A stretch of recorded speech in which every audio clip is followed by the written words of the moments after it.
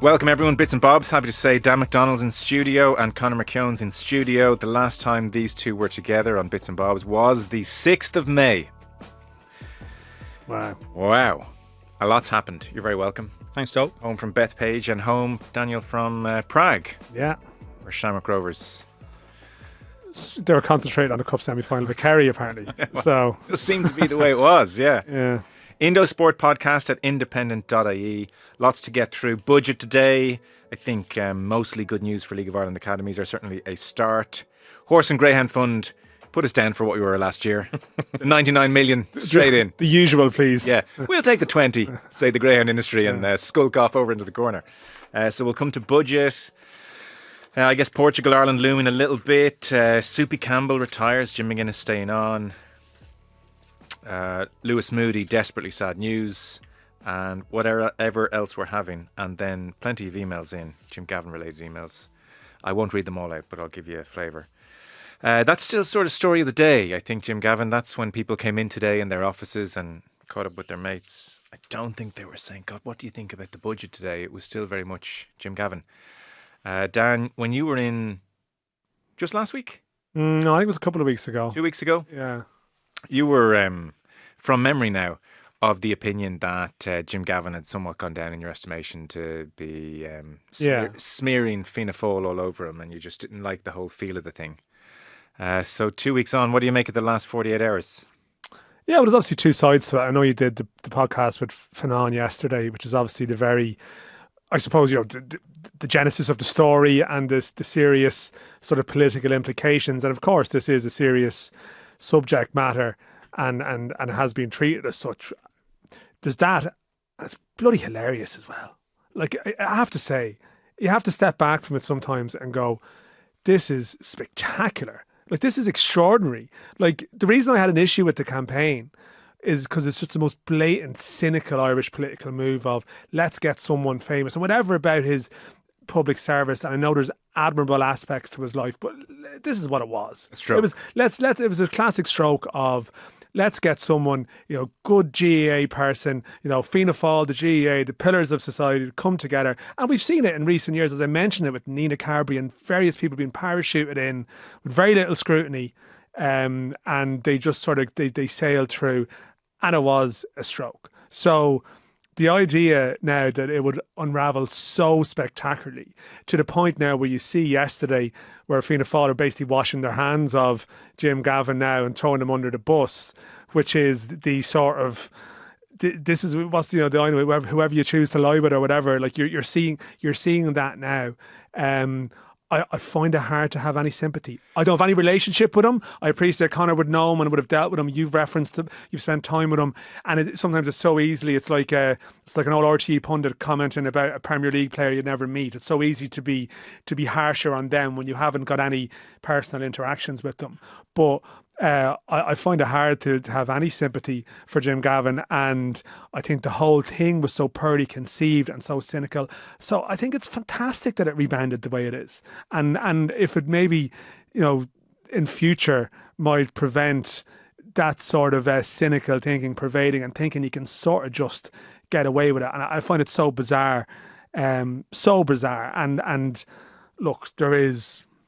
I know you've probably got some correspondence on it that you might want to go through, but that is my natural feeling was, lads, I mean, this is perfect. So this sounds, from your perspective, you're enjoying some long overdue comeuppance for this kind of political stroke, as opposed to looking at Jim Gavin personally and saying, I'm delighted he got it. Yeah, no, like that's it. It's more about the culture of it. Now, I don't feel a huge amount of sympathy for him.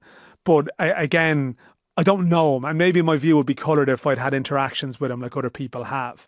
I think as I've mentioned on this show before, like we have this wonderful culture of the manager in Irish sport, and around like sporting discussion, we have a tendency to put our influential sporting figures on a pedestal, and like they are bestowed with this knowledge and wisdom that us, beings could only imagine having. They're all human. Like, they are all human. And I always would firmly believe that. And that's Pep and that's Klopp and, all these, these figures, they are ultimately human. They're not They all have their flaws. In some ways, to survive and thrive in management, you probably need to have some kind of flaws to almost survive that game. They, no matter how understated someone might be, they all have egos. Like they all have a streak, and there is a sort of a certain that's unravelled here in this instance. Conor, broad thoughts. What is your relationship with Jim Gavin, by the way?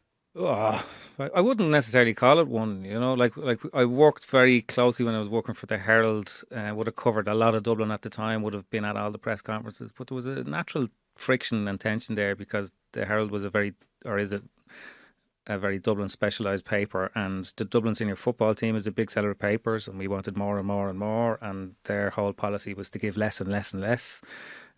So it wasn't always, but I always found Jim to be very perfectly cordial. He was able to separate, and this is part of the problem with his campaign, was that, he's a very sort of systems and policy driven individual. So when you get into the sphere of the press conference journalist relationship, he will adopt a persona and abide by a certain level of rules. And then afterwards, you might be talking about, anything else in the world. So it's not you're not out for dinner or coffees with him. It's very much working from a distance relationship. So what do you make of what's happened? Well, it's one of the great sort of mess ups that I can remember ever, from conception all the way through to the end. Like, I didn't really know what to make of Jim going for it in the first place, but like a lot of people who've kind of watched him at close range, the thing that you'd have to say most about Jim is just how utterly capable he is. Like, you give him a thing and he'll give him a task, give him something to figure out, and he'll find out what the parameters are and how do you be good at it, and he'll learn how to do it. He's not a guy that ever... I know people in the FRC and said that like Jim was never... He's not necessarily the greatest football brain in the room. He's the guy, he's the organiser. He's the person who... He's the strategist. And I just thought that kind of lent itself to something like this, because honestly, like, is this the 6th or 7th presidential election of my sort of voting years? I'm still not exactly sure what it is that we're voting for. I don't know what the spec is, and I know that depends on who gets it. You can kind of modulate it to kind of suit the things that you see. And I kind of understood what he was talking about representing Ireland on the world stage, and I thought he'd be quite good at doing that level of it. But this is politics. You have to get elected, and this is, like I said, it's the first day we were in here. I thought the bit he would struggle with was the politicking. The bit that he'd struggle with was the campaigning.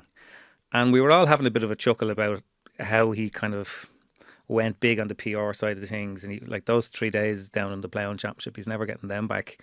But he's lost a run of himself. Yeah, but he has a little bit. But there was definitely How do you mean? I mean, I think like for someone who has such a carefully crafted persona and is a very capable person, as you said, but you can't get into this world without knowing that you have to play that game a little bit, and he had to embrace it, and there is a part from that must have believed there's a point where, I can do this without any experience of this world. That's what you mean by he lost the not lost in the sense of like he's spending money in the casino type of lost to run yourself, just more in the sense of like he's gone outside his comfort zone in a dramatic sense, thinking, well, I can handle this because it's a different... So a degree of game. hubris. On yeah.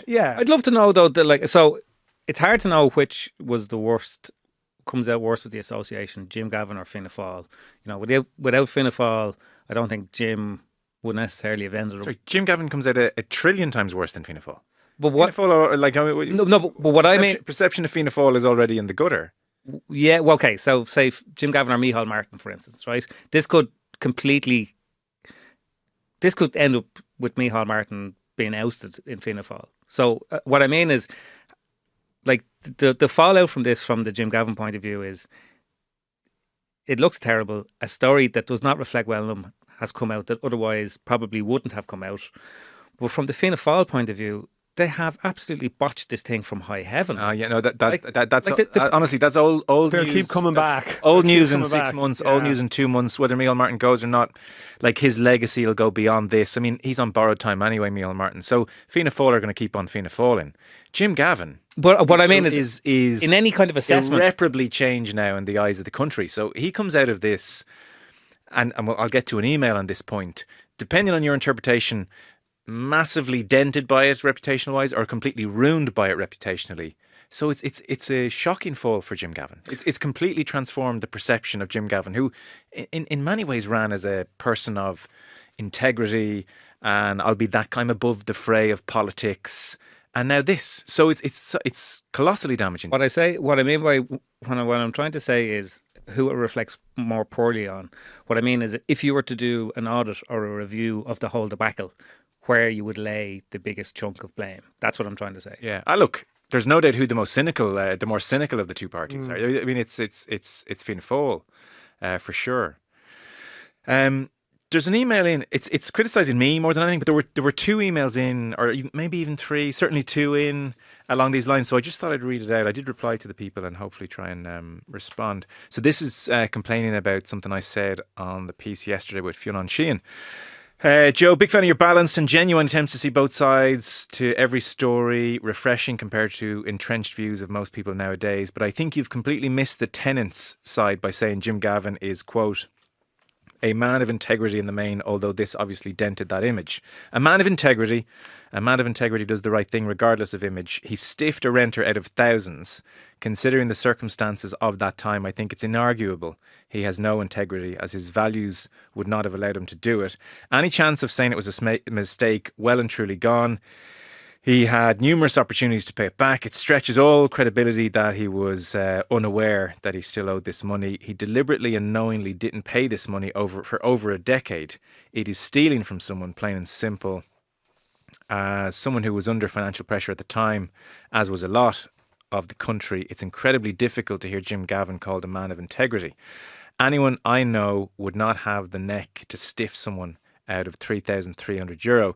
It's a bit of a rant, but I think he's getting too much of a free pass, especially considering he still hasn't paid the money back. Think of that. Isn't that a bit mad? How can he have integrity when he still hasn't paid him back? Anyway, really enjoyed the podcast, and you as a host. Best of luck. Mark. I definitely agree with the general sentiment of it. I mean, what strikes me is that Jim Gavin has been a very high profile person, obviously in Irish life, over the past decade. And what was that renter feeling when you see Jim Gavin out there on at Croke Park being lauded, being serenaded? And look, my point a couple of weeks ago about Jim Gavin was, and maybe it's just part of my age, and some people will disagree with this, but I have this thing in my head of Fianna Fáil. It's almost like the party of the crash. Now, the irony of this is that Jim Gavin got caught up in this himself as someone who bought property around that time. But I sort of would feel, you can think of a lot of people in the sort of 2010s who maybe moved away, who watched Dublin's successes from afar because they had to leave the country after the crash. And he was affiliating himself with the party that a lot of people would considered to be synonymous with that. So you add another element to this of Jim Gavin being a landlord owing money to a tenant, and part of me wonders, why didn't this get out there before? Did someone feel like you can't take someone like that on? I don't know. I'm completely speculating. I'm not aware of that. And we do have this thing sometimes with our leading sports people in society, where you see them in somewhat legal situations where there's an element of, and I choose my words carefully, of being above the law, or there's a sense that maybe their good character in a sporting sense is used to compensate and justify other issues in a way that wouldn't be afforded to other members of society. And I don't know what happened here, but then they decide, well, let's make this guy head of state. Let's make him the head of state. Yeah. And all of a sudden, that €3,300 becomes very significant. And maybe it comes back to the hubris point here. I don't think Fianna Fáil knew about this situation before they said, Jim, you're... No, I mean in the eyes of probably the renter or whatever, it's like look at this.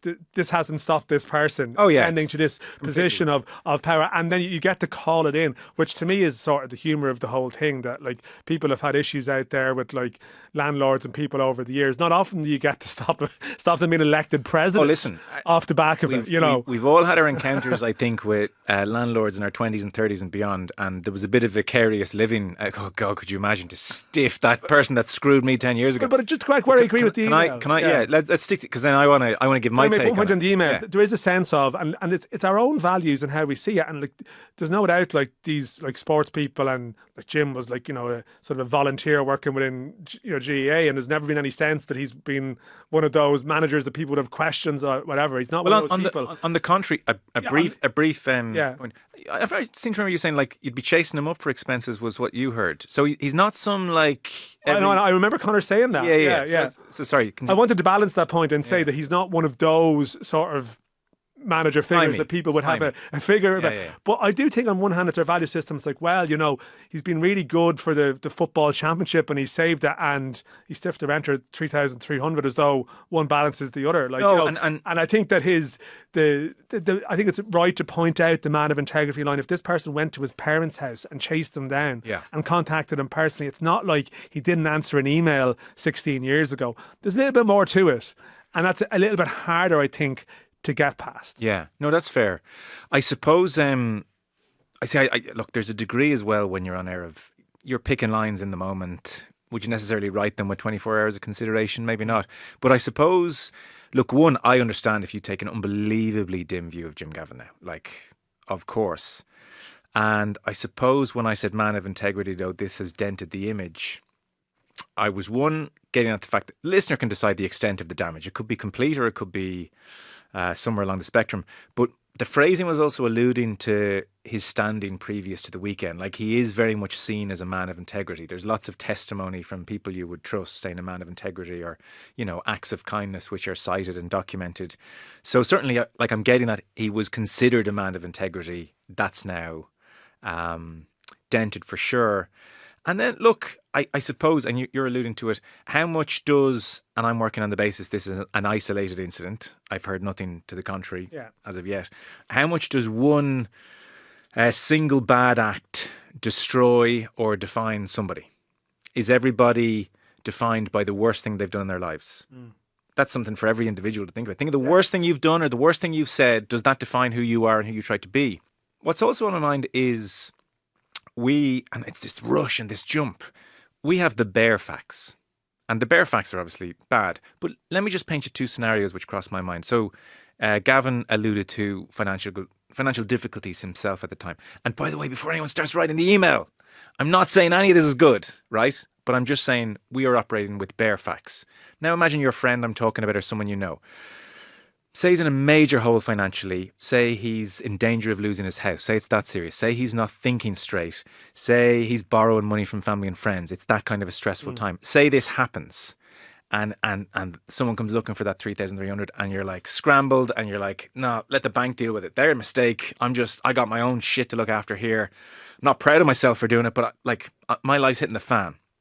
Versus, ooh, lovely, nice little bonus. This, didn't like your man much anyway. Cheers with the missus and laughing about it over a glass of champagne. Same thing, but would you judge the two people the same way?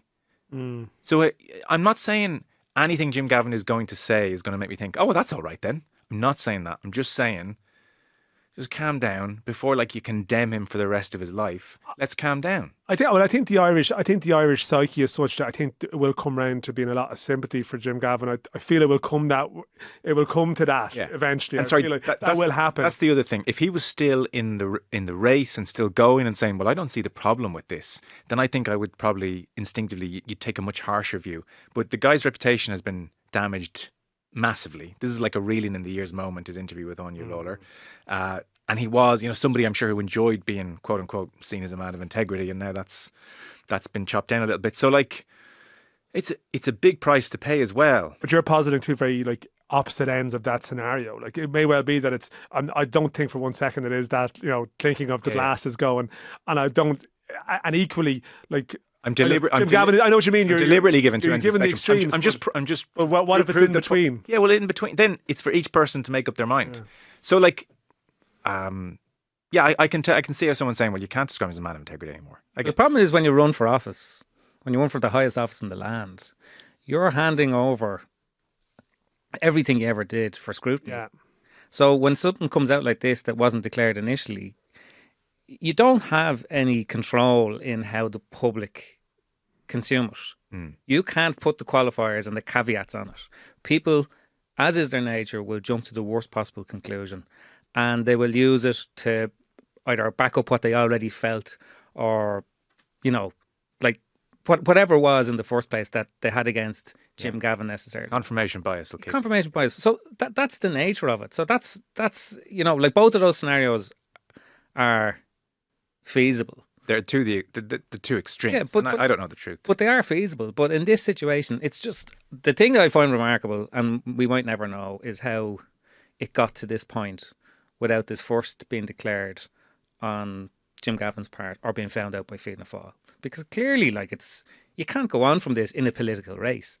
I find it very surprising he didn't declare it. It is. I have to say. But hang on, the front page of the Irish Independent today says, and clearly we're not just batting for our own here, that the Indo had all the details of the story from the start, that Fianna Fáil were made aware that there might have been an issue with this before they put Jim Gavin on the ballot paper. So something has gone wrong somewhere. Yeah, I mean, is there just a sense of trying to brazen it out? This is the thing. There was a sense. I don't know. We don't know. These are the unanswered questions. The thing is, I know when I was on here before, I said if Jim Gavin was an independent candidate, I probably would have been, on board with the concept. I'm sure if he was an independent candidate and he was going well, this would have made its way out in another way too. Like this is the game. This is how it happens. I think to me the surprising aspect is that, and this is where it goes back, maybe lost in front of myself of himself as paraphrasing, but that sense of you go into this world and you have to it has to be. And listen, we've seen stories about sitting TDs in the last couple of years and their property interests and certain things that have happened, and it's like some of them remain in office and remain in position, but generally you see with some of the other candidates, and what you're left with now is sort of many years of relatively public service, and it's based around what they've said or who they've spoken to, or some maybe questionable opinions.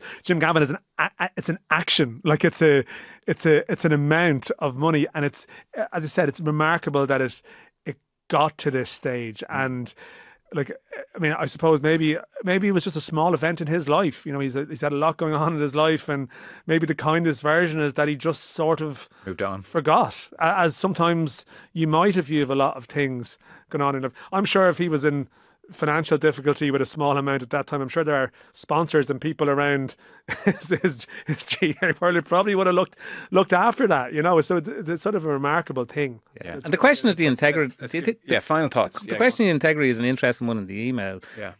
All that anybody could say was that everything that Jim had done, particularly in his sporting life up to that moment, was sort of laced with integrity. You couldn't draw more integrity if you were asked to define what somebody did. It was all about the collective, and he kind of removed himself from the picture in as much as possible, painfully so, to the point where it was almost too much. Hubris. Yeah, almost. Yeah. But at no stage did anything that he ever did while he was managing the Dublin football team amount to self-indulgence. It looked like he'd kind of almost taken his own personal enjoyment or whatever satisfaction out of it for the betterment of the whole operation. So there is huge integrity in that.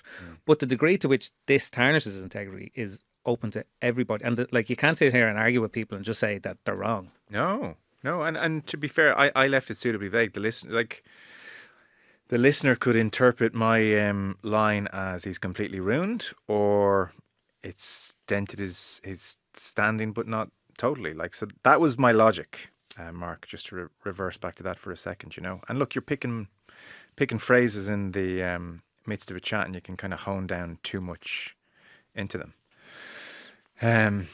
So I think we'll move on. I don't suspect we'll come back to this again. It's final say. On the whole, him removing himself from the limelight, it was just so odd, and it never felt normal to watch Jim do the whole "look at me" thing. Yeah. It's too much of a 180 as a candidate. It was quite bracing. That part. It was quite. There's people around him. That's him who, this. There's a point where they decide. Obviously, once you go with this, and. Yeah, he never felt himself. But I have to say, I do think that's a very good point you made, Joe, about think of the worst thing you've done, and obviously the human existence can be complex. You had Tony Cascarino on last week. I watched a documentary last night, and I've encountered Tony Cascarino, and obviously a great guy, but yet some of the decisions and things he's done in his life are sort of terrible acts. You know what I mean? And there's described himself as deceitful. Yeah, at so a point in his life. So I get that, like, you know, it's not, you can sometimes judge everyone with a very sort of like unforgiving, like there's no giving it whatsoever. I think that's an important point to make, but unfortunately, when you put yourself out there, sometimes do sports people deserve to be judged by that when they are doing this? They're famous for this. Why should they be judged for that? But when your fame in this is used to try and get you elected for that, do you know what? Let's move off that then. Let's kind of go to first cousin of that chat. The other kind of thought you have, or I have it all the time actually, is the extent to which we just laud sports people based on next to no information about what they're like in their private lives. Like, it happens all the time. You know, the Irish rugby team would be talked to. I don't need to preach to the choir here, but like great men. You don't know a thing about them.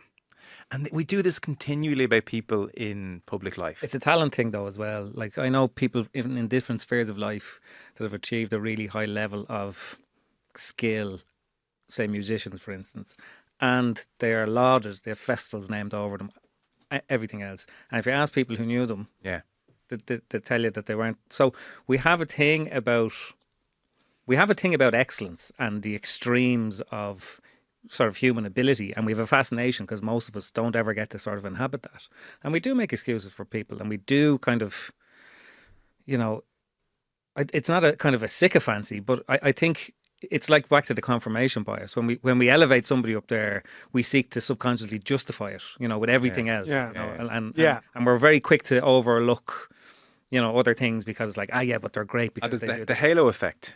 And like, there's no doubt, like everyone's guilty of it. There's no doubt Rory says good morning to you, walking by you, and you're like, oh, what a guy. Honestly, that guy, you know? He's the man of the people, this fella. He's unbelievable. And then you extrapolate 10 other things which may, you know, be overly generous. And we all do it, by the way. I'm not non-stop having to cut at you and Rory. No, well, of all the people, I really like Rory. Rory's unimpeachable. Sorry, I have no information on Rory. Rory's unimpeachable. The last time I saw Rory, he was hugging two journalists by the side of the practice green and bet page. I was just like, my God, this guy is perfect in every way. But clearly he's not, because none of us are. For the overhug from the... I was kind of hanging off the side going, group hug? What is this? I was there just checking to make sure that... the salutary.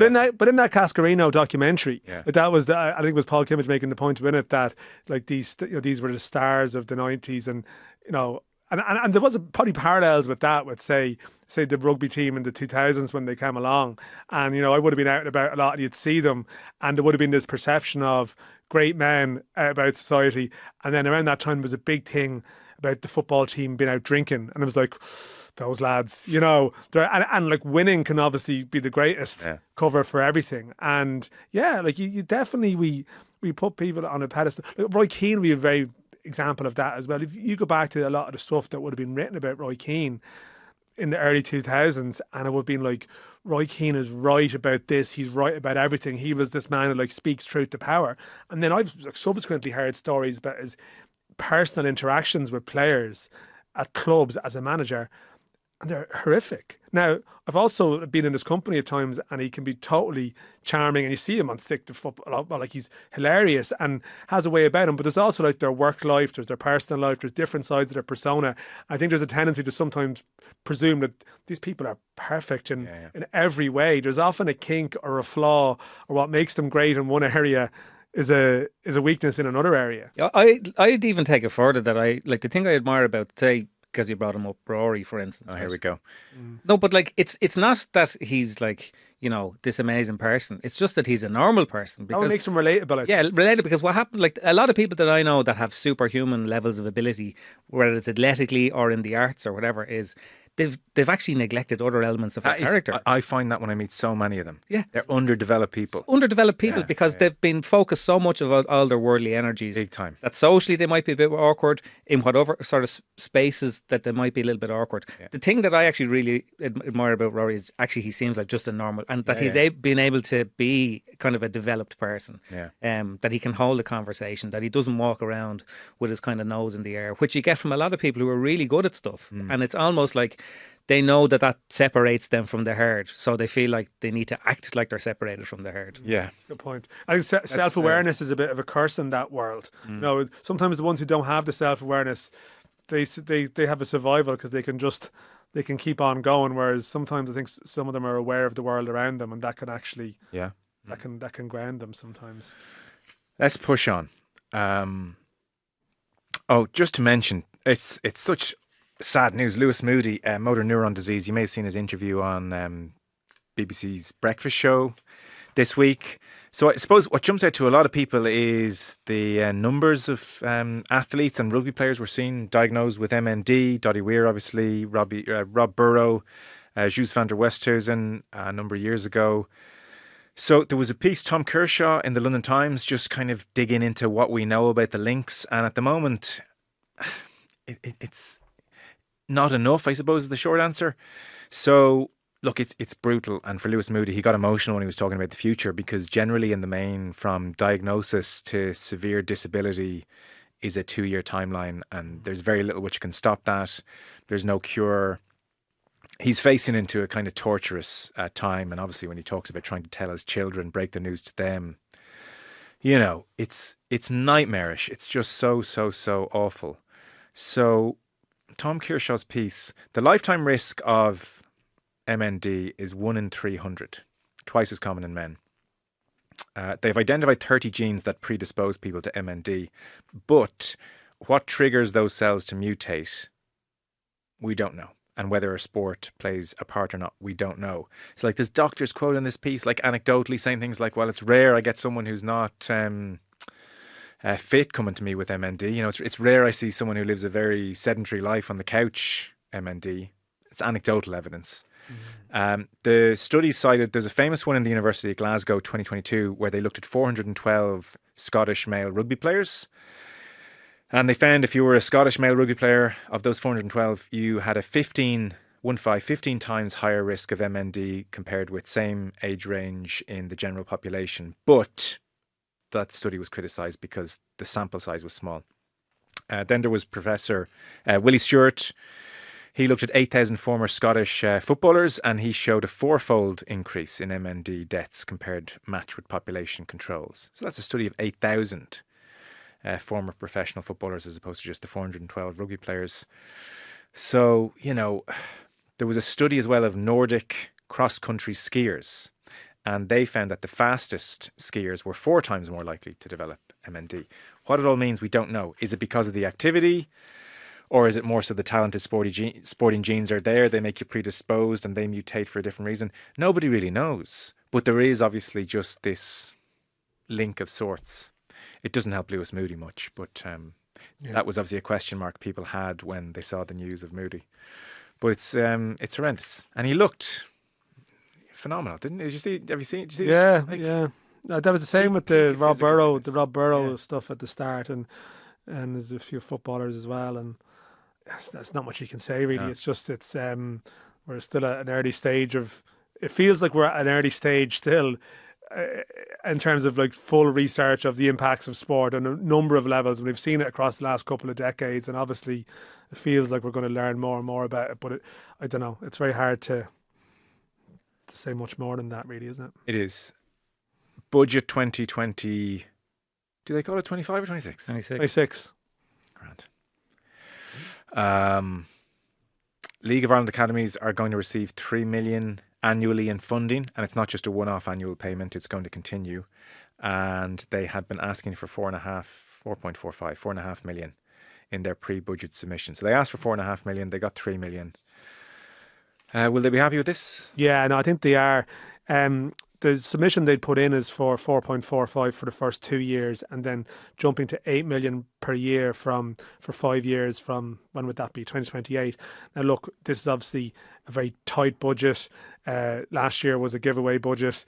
We know that in 4 years' time there's going to be another giveaway budget when there's an election coming. So I think, you know, in their ideal world, you know, the first couple of years is to stabilise it, and then they might get a bigger amount in time. The significance of this is that it's, without stating the obvious, is that it's in it.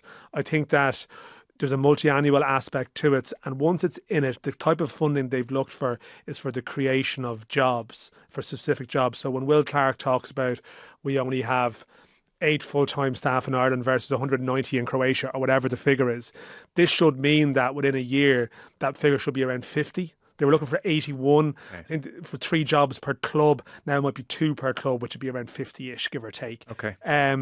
This doesn't create facilities that don't exist. It doesn't create, infrastructure that doesn't exist. It's not like a click your fingers, but staffing is one area that kept coming up in this audit. We need people full-time engaged. It creates jobs for ex-players, for people within the game who are as volunteers who can't devote much time to it or doing it around their life. So it's a good thing. I think they were a little bit fearful on 2 fronts. One, that naturally the FAI crises of recent times would affect it. I'm glad that hasn't been the case, because that would have been punishing the wrong people.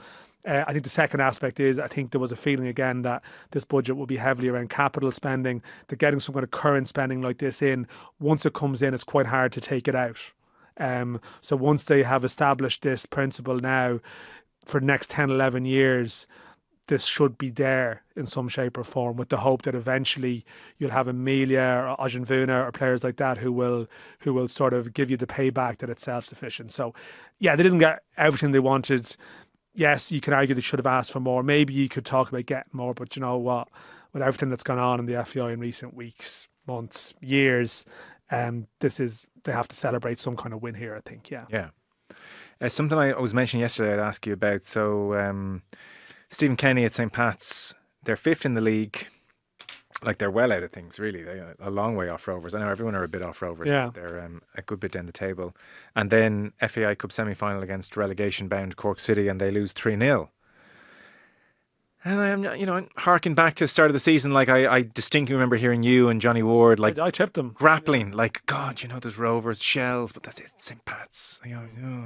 So, Stephen Kenny, high-profile manager, big things expected.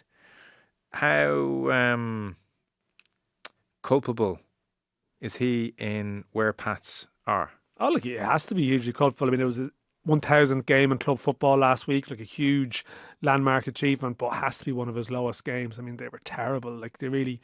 And maybe just to give a perspective on Pats, that the perception of them around the league in the last couple of years would have been capable group of players have a tendency to go missing for periods of a year, and then they turn it on a little bit at the end. They last season had a great finish. The year before they won the cup, having been massively disappointing during the season.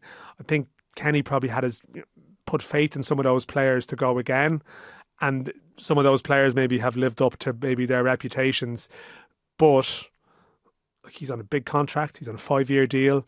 He's brought in with this sense of he will deliver, with an owner who's put millions into it.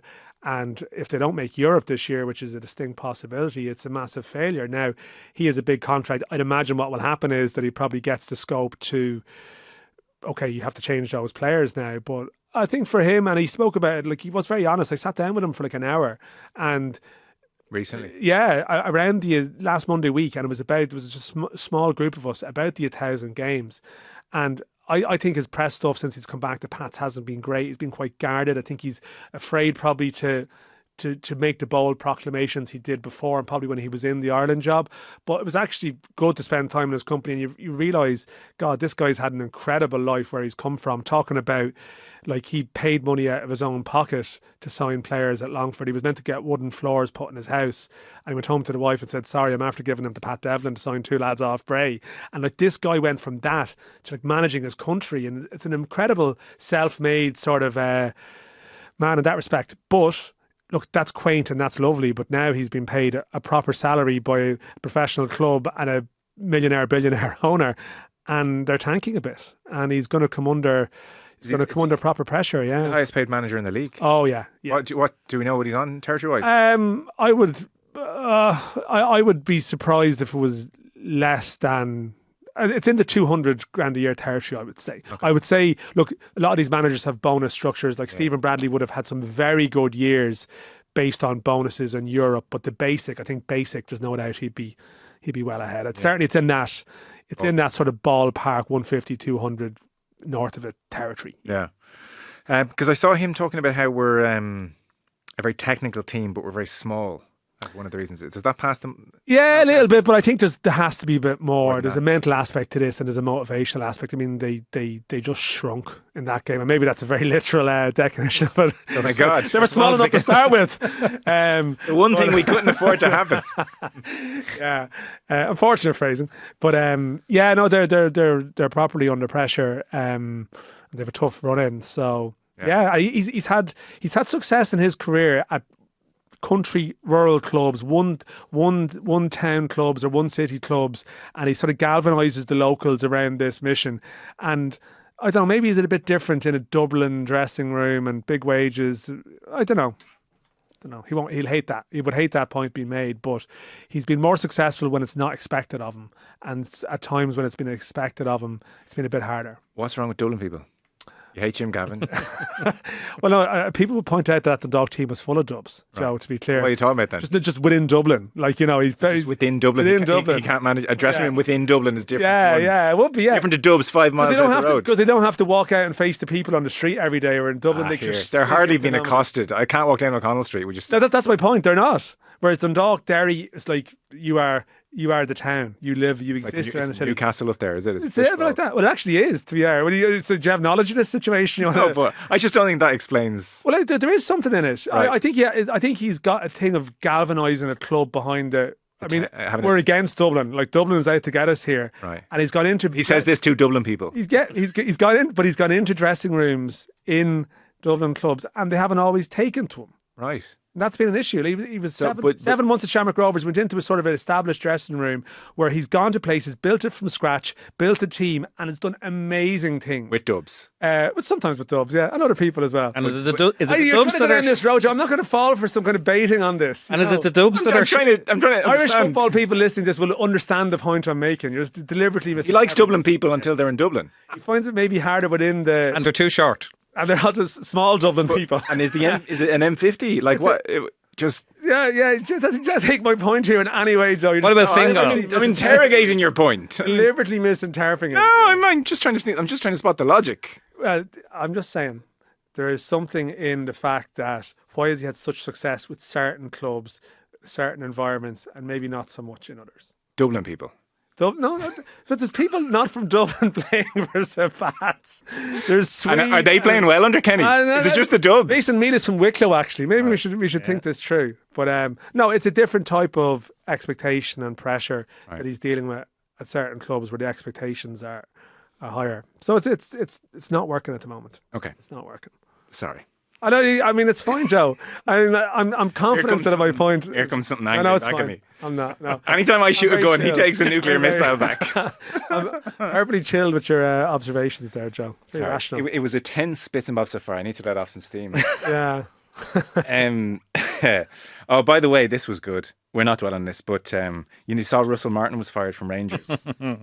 Connor sent this on. So the Tory member of Scottish Parliament, Murdo Fraser, Russell Martin wouldn't win an 8. They just hated him. Like, everything about him. His haircut, his vibe, his fashion. But Murdo Fraser went one further when he tweeted out, for Rangers going for, he's a Rangers fan, no more vegans, Buddhists or Green Party members. And a Green Party spokesperson maintained this was an irresponsible message. So I love Scottish football. It's important. It's an interesting Venn diagram there, isn't it? Buddhists notoriously not good managers. Scotland is a great football country. It is a fantastic place. I love the banner the Rangers fans had last week. They had coward spelt out, but they had R&D in the wrong order. Like, you know, it was a fan protest. There's just like if you're in Scotland, like, and their papers every day is wall to wall, like Scottish football and Scottish football stories, and God, you can get eaten up. You can That's get a fishbowl up there. Yeah, Stephen Kenny went to Dunfermline again. Didn't bring enough dubs, maybe, or should have got more locals in. Yeah, he should have got a few more Buddhists. Yeah. So there you go. I mean, you saw he was escorted from Falkirk from the stadium. Did you see the video? No. Decent old crowd of lads with the snoods pulled up waiting at his car. The police like holding back, kind of thing. It was grim. Like, they just hated him. Everything about him annoyed them, including being a vegan and a Buddhist. Is he a Buddhist? Where did he get the Buddhist thing from? Russell Martin at Buddhist. Maybe they're just conflating sort of. Yeah. Just went to Monday Night Football and sort of, spoke sort of reasonably intelligently. He must be a Buddhist. Maybe he is a Buddhist. He is a Green Party member. Oh, is he? Yeah. I think the veganism and that are And intertwined. an influencer partner as well. I think that was the thing. Okay. Yeah, yeah. It's the full. It's the full checklist there for Yeah. Rangers fans, isn't it? This is the any other business section of Bits and Bobs. We saw, by the way, Fianna Fáil released the agenda for their parliamentary meeting tomorrow, and it was number 1, presidential election, number 2, budget, number 3, any other business. I don't think they're going to get to number 3. Soupy Campbell retired, first joined Armagh panel 2011, debuted 2 years later. Brilliant player, cameos off the bench to beat the band latterly. Never won an All-Star. Never won an All-Star, no. Jim McGuinness has been ratified for another season in charge of Donegal. No surprises. Harry Kane is saying he might stay in Munich. He's enjoying it. There was rumours, he could go home 2 years into a 4-year deal on a... there was a clause, buy him back on the cheap. But he is saying, I thought I was going to come back to the Premier League. I'm really enjoying this. I think I'm going to stay. How many goals in how many games would you guess Harry Kane? Would Bayern? Yeah, in his 2 seasons. Okay, I'll give you that's a tough question. He has played 106 games. How many goals? 106 already. 108. Jesus. 108 goals in 106 games. Is it not? No. I would have had 80-ish or something like that, no? 103. Was it 103? What's that? Yeah. How many goals? You went over. 103, and I couldn't believe it. I would have guessed 60. I thought you played around 60 games in those 2 years, but you couldn't forget all I think I saw a run in total when he got to 100 or something like that. Right. Well done. I respect what he's doing, though. I thought he'd come back like Michael Owen doesn't. And take the easy option. Did you see Michael Owen at Rio Ferdinand a while back where, Rio was like, but hang on. He was saying, like, he's 40 odd short of Shearer's record. All-time immortality. You're top of every match of the day goals record chart when they put it up for a long time to come. Like that's the thing for Kane, is what Owen was saying. And Rio said, but he's winning trophies with Bayern, Bundesliga. And Owen just went, and? A Bundesliga and? Michael Owen fascinates me ever since he did that interview years ago where he said he's only seen 4 movies or something and didn't see the point of movies. Yeah. And like one of them was Superman and another one was like Superman 2 or something. And it was like, there's the mind of somebody who's overdeveloped in one particular genre of life. Yeah. That's a circle back there. Well done. That's a shout back, call back. I like that, yeah. That was slick, yeah. And I had that. Yes. Very final business. Portugal, Ireland, Saturday, Lisbon. An uplifting finish. Here's another game. How many games has Ronaldo played for Portugal? 150. I think that's a very good guess. Yeah, I would have said 140 or something like that. So I would have guessed similar. It's 200 and something probably, isn't it? 223 games. Yeah. Actually, sorry, you probably should have guessed it was over 200. 140 goals. Okay. Let alone caps. Every time he comes around that we play him again, you check his stats. 223 games. It's just insane. Anyhow. He hasn't missed many games with injuries then on that basis. I'm thinking like that's 20 years of like 10 international games per year. He's never been out for a season or anything, Ronaldo, has he? Ever? Remember in the glory days of Manchester United when Ryan Giggs and the lads, Roy Keane, used to get pulled at every single available opportunity. It goes to show you how much authority a player of Ronaldo's stature kind of has, that there's there's no hint of him being pulled. Well, Sammy Smollix, there's like a degree of Sammy playing a lot of club games and then not quite making the grade for Irish games. International break is the chance to recuperate with injury. He's getting some stick online. Yeah. I read that headline. It could be one tweet in a classic. I know there was a fair bit of it going around last night. Okay. He made us come back at the weekend, and it's pearly time from someone who would have faced questions previously from previous management about this issue. Right. But this could just be a massive coincidence, and he's been very pearly served by it. Okay, Troy Parrott is going to be assessed, not expected to feature against Portugal. Seamus Coleman back in the squad, John Egan in the squad, and Evan Ferguson ankle injury.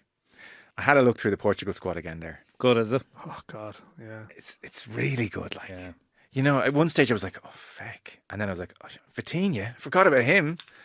Jen Neves is out. It's a bit of a blow. Who else have they got in that department? A couple of years ago under Kenny, when that night in was it in Faro? Yeah. And I sort of, rightly or wrongly, and maybe it's some skewed memory of the O2 World Cup qualifying campaign, there's certain teams I just think, we've no chance. Portugal, I always sort of, I was like, I don't know if we fear that, I don't know if they're the big bad. If it was Spain, I'd be like, well, there's no chance. But looking at this Portuguese side, I don't know. defend deep, sit back, and hope it's only 3 is honestly how it feels. Yeah, it's their first home game since Diogo Jota as well. So there's going to be sort of a bit of that emotion around it too. And look, if you are to believe that Ireland have any hope in this group, then goal difference is a part of your argument. You know, that is sort of, it's lingering there. I think it's a big part of it. So, you know, can't afford that to happen. So I don't know how they're going to approach it, because what we've seen in the last window was a massive effort into a game on the Saturday and a complete capitulation on the Tuesday, which was definitely an element of fatigue, and mental failures as well. But so how much do you put into Saturday when the game you absolutely have to win is Tuesday, but equally for morale and belief, you need to get something back after this. There's no doubt, whatever Hamer says, they brought Coleman and Egan back in for leadership because they've just decided. I know Collins is staying as captain, but I think that's a recognition that we need a little bit more presence around the place. But it's difficult. I saw that Hamer saying Hamer. It's Hamer. Horses eat hay. Yeah, Hamer. They're hiring a psychologist. Just for this game? No, well. They wonder across the teams. It's for the post-match, is it? Going to work all across the teams. But yeah. The fans needed them coming back from Yerevan, to be honest. They're more of a counsellor, I think. Yeah. So, I don't know. I'm in the braced position for that. And then, honestly, I'm just assuming we'll beat Armenia, which is, you know, the cheek of us. Dangerous assumption. I suppose the flip side of that is it's if you want to believe that there's a chance. Dangerous. It's Hungary, Armenia on Saturday, and obviously it's Portugal, Hungary next Tuesday.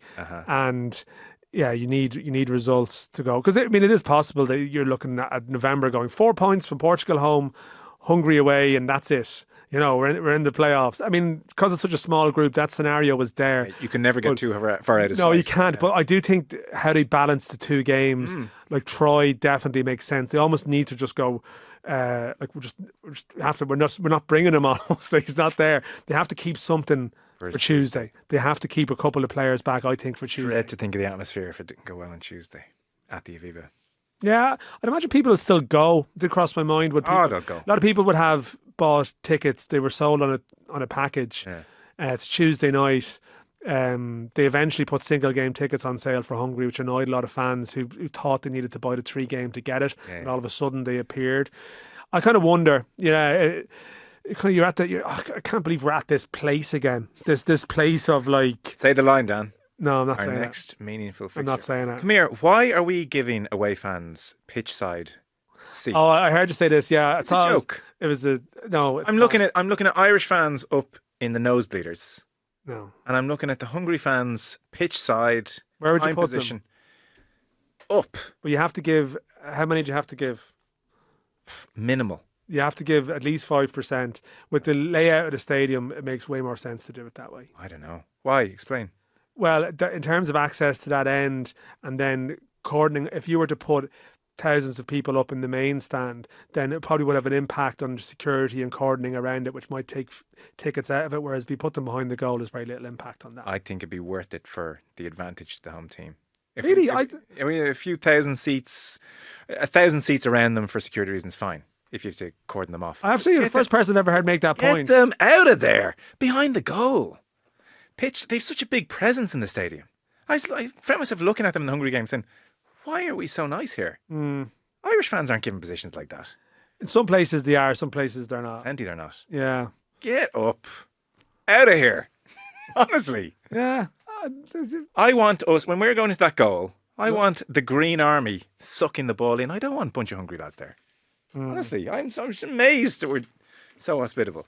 Which it's endemic of, it's such a nice team to play against, such a nice stadium, nice feel, everything's good, it's nice. So basically, like, put them in the corner. I feel comfortable. Oh, there's my fans. Put them in the corner, like. You feeling good, everyone? No food vendors in that direction. Nothing. Like, no toilets. Nothing. Just make it as miserable as possible. Cold water in the showers. Yeah. We need to go back old school. No. If long throw-ins are back in, so is cold water in the showers. Yeah, no. Unfortunately, there's logical reasons why that is. I don't want logic. I'm well aware of that, Joe. I'm well aware of that. But and less Dublin people in the squad. Yeah. Oh, that's been established as well. Fewer. Yeah, that's been established. Yeah. Oops, microphone dropped. A literal microphone. Mic drop. Closest to a mic drop you've had today, Joe. Is there anything else anyone wants to say before we go? We haven't done this since May, the three of us, so we'll have to do it again soon. What, another Before Christmas. another 6 to 7 months? That seemed to be your commitment. No. Before. No, you got through a whole show without mentioning Conor McKeon. To be fair, Oh yeah. Oh yeah. By the way, No, we're out of time. several he needs the. outrageous slander. You wait till I go to America as well before you start this campaign of besmirching my good name. Joe going around with his big massive vats of milk the whole time, so he doesn't miss it. I won't have to leave the house for weeks with this. My man just like loves parenting and Yeah. he loves it. Yeah, wholesome. You're a man of integrity. Yeah. Thanks very much. No. I'm sorry. It was. I think one of the listeners started it. Did they? Yeah. I can't remember. A Boulder boy said it. It just happened. Okay, I think that's everything. You're off to Portugal, On Thursday, yeah, Thursday for that. So yeah, and you're not going to another event until next year, I'd say. Probably not. No. Right. Well, you can do bits and bobs every week. All right, Dan, Connor, thanks very much, fellas.